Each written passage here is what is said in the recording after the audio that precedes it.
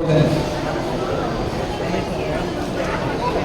one of the pioneer debaters here in Bohol, at least in the later generation, I have seen an incredible growth within the youth of today. I have seen the many attempts of their very rigorous education and their very interesting arguments that I myself would not have been able to think of back when I was still in high school. And no, this was an experience that I myself have been a part of the entirety of the time that I was judging eliminations, and the entirety of the time that I was listening to both of the finals. That is to say, your time was not wasted, your dedication bore fruit, because you have shown me someone who once lost faith in Bohol as a debating organization, in Bohol as a debating powerhouse. You have given me the hope of the future that the youth of Bohol, and obviously the young adults of Bohol as well, who are old enough to be employed but are still doing it for the love of the game, they still have hope to continue to fight, to continue to strive, to continue to develop debating culture. Because at the end of the day, debating culture is the fostering of our critical thinking, is the fostering of new ideas, the synthesis of new solutions and new problems. The latter half of my speech will be to the debaters that have debated in the final. Note that this is just one of the many competitions that you will join. It is already a celebration enough that you have made it to the final. It is already a celebration enough that you have dazzled the audience with your many interesting arguments and perspectives. Although admittedly as a judge, I would have to say it's not yet perfect. But I am filled with hope knowing that at least there are a group of people, a group of impressionable young Boholanos that tried or attempted to make a difference.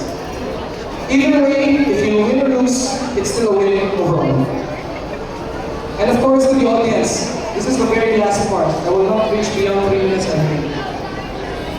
To the audience that is watching, I hope now that you see the beauty in debating, especially parliamentary debating, and the many nuances that we are able to discover once we just remove this closed-mindedness that we probably have. Because I know some members of the audience might probably think that some things that they say are wrong, or some things that they say are not true. But the fact of the matter is, we're not debating to prove that one thing is right or wrong. We are debating because the thesis and the antithesis will lead to the synthesis of new ideas and greater understanding.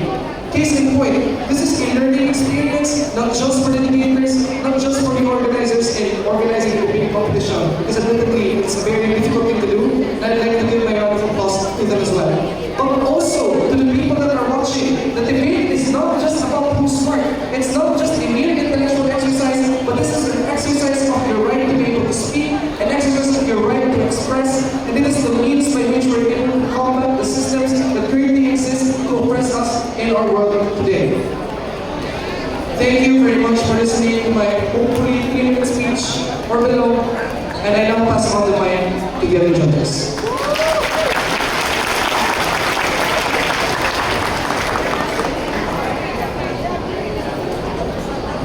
Hello everyone, good afternoon. I believe that was a very inspiring talk with Vanessa. And instead of adding new points, I really just like to emphasize and synthesize the points that were given by Vanessa. First, for all the debaters who participated in this contest, I have one message for you. Do not be discouraged. This is a learning experience. Whatever the results of the competition, it is not the final. So, do not be discouraged. Based on my own experience as a debater, I've had countless failures as well. But at the end, it is truly like through the amount of time and dedication you put in that will prove your success. That's the first message. Do not be discouraged. Second, this is a learning experience for not only for the debaters, not only for the organizing team, but for the audience as well. And we should learn to use what we have learned from these experiences to benefit ourselves and those around us particularly. And lastly, as for the last message, also stated by Sam, is that debate is not only an intellectual exercise, it is also an exercise for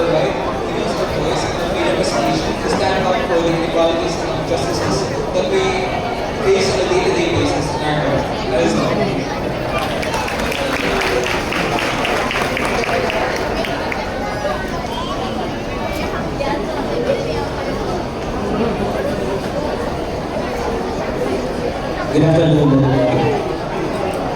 We're going to begin with something macro. Because we think of a debate usually as happening just within this venue. But actually, it's something much more. A debate is where the foundations of the structure, the very structure of our society is being changed. Because we live in privileged times and we fail to notice that. Had we lived a few decades ago, today's like this would not have been possible. Right? While this is still possible for us, I think the perfect thing to do is to look at that. During the COVID-19, nawala na siya. Right? I think I was part of this community. Actually, I was high school. And I really enjoyed that moment, even if I did not leave. And I think that has remained with me until now. That appreciation, that when we live, you do not defend the side that you believe in. You defend the side that is given to you. And that in itself is an intellectual exercise. Not just an exercise, it forms virtue. Why? Because we can feel dogmatic about the ideas that we hold dear to us. And forcing yourself to defend a side goes opposite of what you believe. Forces you to imagine alternatives. Right? Another world that is possible was unthinkable to you before. And let me close with this. This is for everyone. We live in precarious times. Philippines is currently facing a myriad of problems. Perhaps I'll just be one of them, but there's actually one of them. The only hope, the only possible hope for our country to move forward is for conversations like this to at least social science. But what I always notice is that even from our students, even from the people around us, from the masses, we tend to oversimplify social problems and social issues. And debates are precisely the avenues where we resist oversimplification, where we settle and we enjoy the nuance. And it's in the nuance that makes the difference between prosperous Philippines 10 years from now and the Philippines that is still beholden to be modern intercourse structures. So, this is not very encouraging perhaps because this is not individual. This is instead manifestation of my hope that this will continue. Hopefully, next year, this will continue and I hope that itong mga nag-debate, the arguments that were presented will become more elevated pa dyan. Right? Because in my case, I noticed that there are arguments that I was not able to think of, but the representative debaters, which are very innovative, and they're very much younger than me.